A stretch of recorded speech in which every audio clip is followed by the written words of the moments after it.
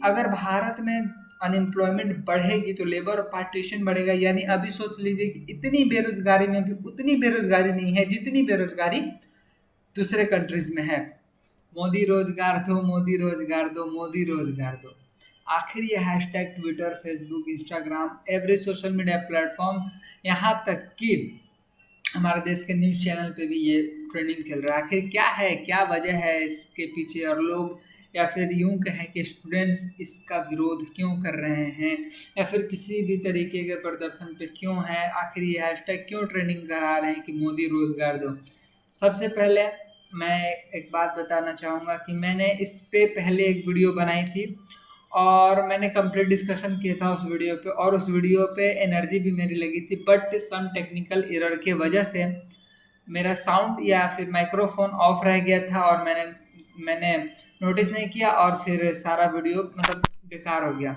तो फिर से मैं शूट कर रहा हूँ, फिर से मेहनत कर रहा हूँ इतना, ओके, जस्ट बिकॉज की जानकारी दे दी जाए। ऐसे जानकारी की कमी नहीं है, बट मेरे पॉइंट ऑफ व्यू, मेरा थॉट प्रोसेस भी आपको पता चलना चाहिए कि क्या है एक स्टूडेंट का thought process. As a student मैं आपसे बात करूँगा कि क्या है, आखिर क्यों हो रहा है ये मोदी रोजगार ट्रेंड पे। सबसे पहले हम बात करेंगे कि मिनिस्ट्री के वैकेंसीज में, मिनिस्ट्री में सेकेंड और थर्ड ईयर के वैकेंसीज निकलती हैं। तो उसको उसको वैकेंसी को फुलफिल करने के लिए एक एग्ज़ाम कंडक्ट कराया जाता है जो सीजीएल कराती है। यानी कंबाइंड ग्रेजुएट लेवल पे जो एग्जामिनेशन होता है वो सीजीएल कराता है, और सीजीएल को मैनेज करता है एसएससी यानी स्टाफ सिलेक्शन कमेटी। अब क्या है यहाँ पे कि एसएसपी ने एग्ज़ाम कराया पिछले साल, यानी नवंबर में एसएसबी का एग्ज़ाम होता है सीजीएल का, 15, 16 और 18 तारीख को नवंबर में। जब 18 तारीख और नवंबर में एग्ज़ाम होने के बाद फरवरी में रिजल्ट आते हैं 2020 में, 2021 के फरवरी में। और यार जब रिजल्ट आते हैं तो रिजल्ट आने के बाद 200 में 200 यानी 100% मार्क्स मिल जाते हैं किसी एक बच्चे को, किसी को नहीं, मतलब लगभग ऑलमोस्ट को 100% मार्क्स मिल जाते हैं। और एज ए स्टूडेंट अगर मुझे 100 मार्क्स मिलते हैं तो मैं तो बहुत खुश होऊंगा। मुझे तो मतलब लगेगा कि हाँ मैंने एग्ज़ाम दिया, अच्छे से गया, तो मेरा डिजर्विंग है कि मैंने क्वेश्चन पेपर को अच्छे से सॉल्व किया था और मुझे ये मार्क्स डिजर्व करते हैं। तो इसके बाद अगर रिजल्ट बढ़िया आ गए तो सबके रिजल्ट बढ़िया आ गए। और यहाँ पे बात क्या आती है कि एसएसबी का ऐलान, सॉरी एसएससी का ऐलान ये होता है कि हमने उस एग्जामिनेशन का पेपर को बहुत ही इजी कर दिया था। अब हम क्या करेंगे कि हर एक पर्टिकुलर स्टूडेंट के मार्क्स में से 50% रिड्यूस करेंगे।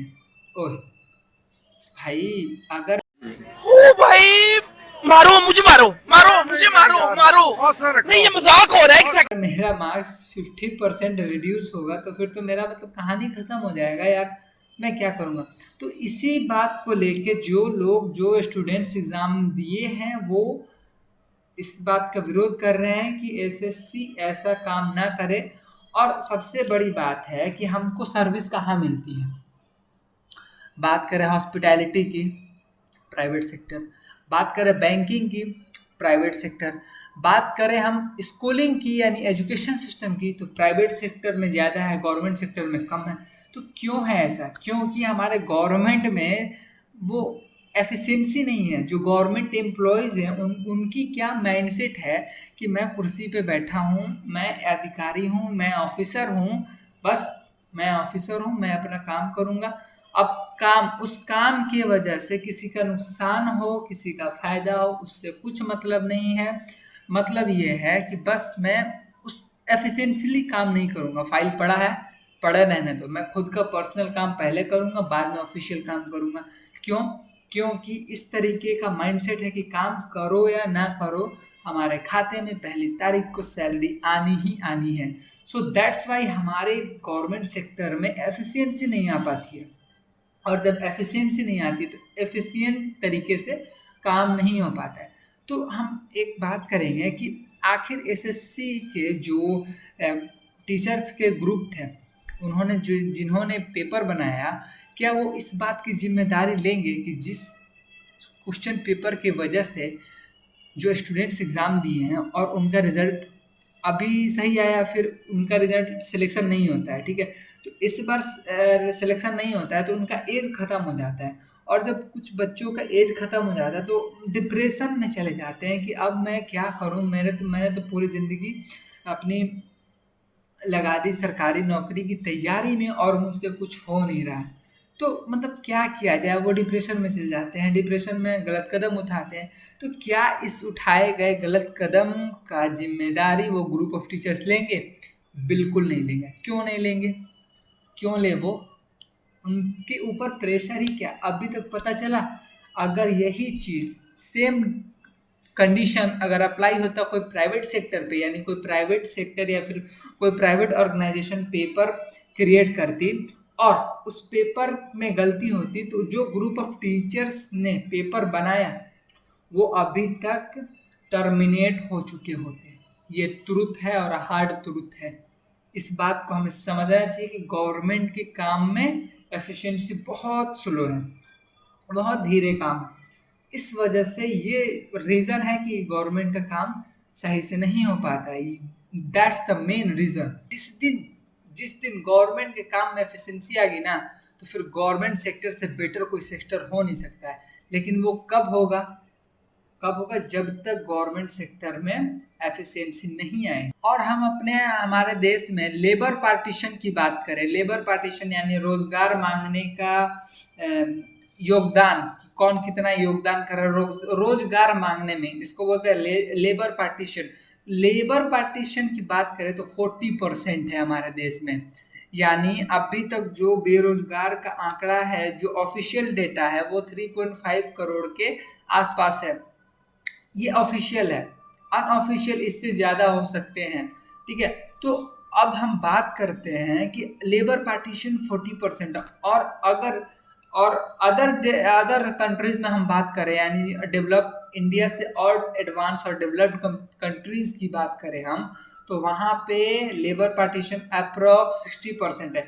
यानी वहाँ की जनता 60% जो है वो लेबर की रोजगार की उम्मीद लगा के बैठे हैं, सरकार से रोजगार मांगने की चेष्टा रखते हैं। तो अभी बताइए कि अगर भारत में अनएम्प्लॉयमेंट बढ़ेगी तो लेबर पार्टीशन बढ़ेगा। यानी अभी सोच लीजिए कि इतनी बेरोजगारी में भी उतनी बेरोजगारी नहीं है जितनी बेरोजगारी दूसरे कंट्रीज में है, ठीक है। तो अभी बात यह है कि काम क्यों नहीं हो पा रहा है सही से। मैंने पहले डिस्कस किया, एफिशिएंसी। एफिशिएंसी नहीं है गवर्नमेंट के सेक्टर में, एफिशिएंसी नहीं है। और हमारा देश एक यूथ ओरिएंटेड कंट्री है, तो जाहिर सी बात है कि और बेरोजगारी बढ़ने वाली है। तो इसका हल क्या है? इसके हल पे हम बाद में चर्चा करेंगे। पहले हम मोदी रोजगार दो हैशटैग पे बात कर लेते हैं कि आखिर क्यों हो रहा है। सबसे पहले दो बड़ी मांग रखी जा रही है स्टूडेंट्स के द्वारा कि जो एग्जामिनेशन है, वो एग्जामिनेशन जो 18 नवंबर को एग्जामिनेशन हुआ था वो फिर से कराया जाए। हमारे मार्क्स ना काटे जाए। अगर एग्ज़ाम कराने हैं तो फिर से कराइए। और टीचर्स, बहुत बड़े बड़े टीचर जो ऑनलाइन प्लेटफॉर्म पे अवेलेबल हैं, वो भी ये बोल रहे हैं, उनकी भी ये मांग है कि बच्चों के साथ खिलवाड़ ना किया जाए। ये एग्ज़ाम और रिजल्ट के चक्कर में बच्चों की एज, यानी जो स्टूडेंट्स, हम जैसे स्टूडेंट्स हैं, उनकी एज जो है वो मतलब एज लिमिट होता है गवर्नमेंट सेक्टर या फिर किसी भी जॉब को अप्लाई करने के लिए। तो एक एग्ज़ाम को, एक पर्टिकुलर एग्ज़ाम को देने के लिए 3 साल लग जाते हैं। तो फिर सोचिए कि अगले एग्ज़ाम अगर उसमें नहीं हुआ तो फिर क्या होगा। और जिस तरीके से व्यवहार, जिस तरीके से अप्रोच गवर्नमेंट की और उनके द्वारा ऑर्गेनाइजेशन चलाए जाने वाले, एग्जामिनेशन ऑर्गेनाइजेशन करने वाले जो एग्ज़ाम को कंडक्ट कराते हैं, पैसे लेके कंडक्ट कराते हैं, उनकी इस तरीके से दुर्गति के कारण किसी स्टूडेंट का एज अगर निकल जाता है तो फिर इसका जिम्मेदार कौन है? इस तरीके से इसकी जिम्मेदारी कोई लेने वाला है नहीं। तो इस तरीके से बात यह है कि इंडिया के यूथ के साथ मजाक हो रहा है और इस मजाक को रोकने के लिए आवाज़ उठाना पड़ेगा। स्टूडेंट के साथ मजाक हो रहा है, इस मजाक को रोकने के लिए आवाज़ उठाना पड़ेगा।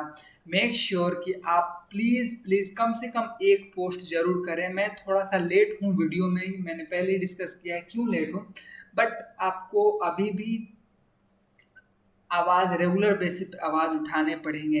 At least one post, at least one video आप अपने सोशल मीडिया हैंडल या फिर किसी भी तरीके से अपलोड करें और टैग करें।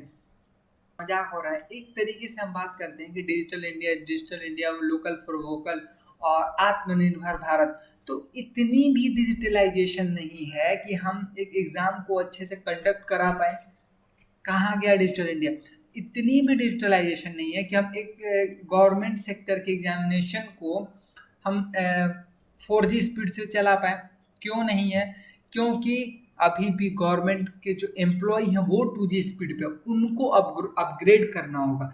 जब तक वो अपग्रेड नहीं हो, वो भी तो इंसान है ना, वो भी इंसान है, उनको भी अपग्रेड करिए। तो मोदी जी सुनिए, मोदी जी से कहना ये है कि उनको अपग्रेड करिए। अपने जो गवर्नमेंट में एम्प्लॉयज़ हैं, गवर्नमेंट सेक्टर में एम्प्लॉयज़ हैं, उनको प्लीज़ अपग्रेड करिए। अगर वो अपग्रेड हो गए तो एफिशिएंटली वर्क होगा, और वर्क जब तक एफिशिएंटली नहीं होगा तब तक कोई समाधान नहीं है।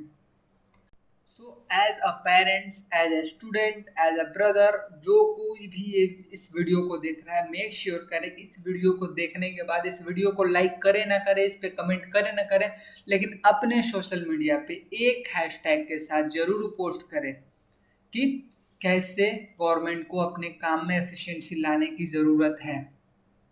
Thank you for watching this video and make sure आप वो करें जो मैंने अभी बताया। अगर कुछ सजेशन हो तो आप प्लीज़ कमेंट बॉक्स में ड्रॉप करें।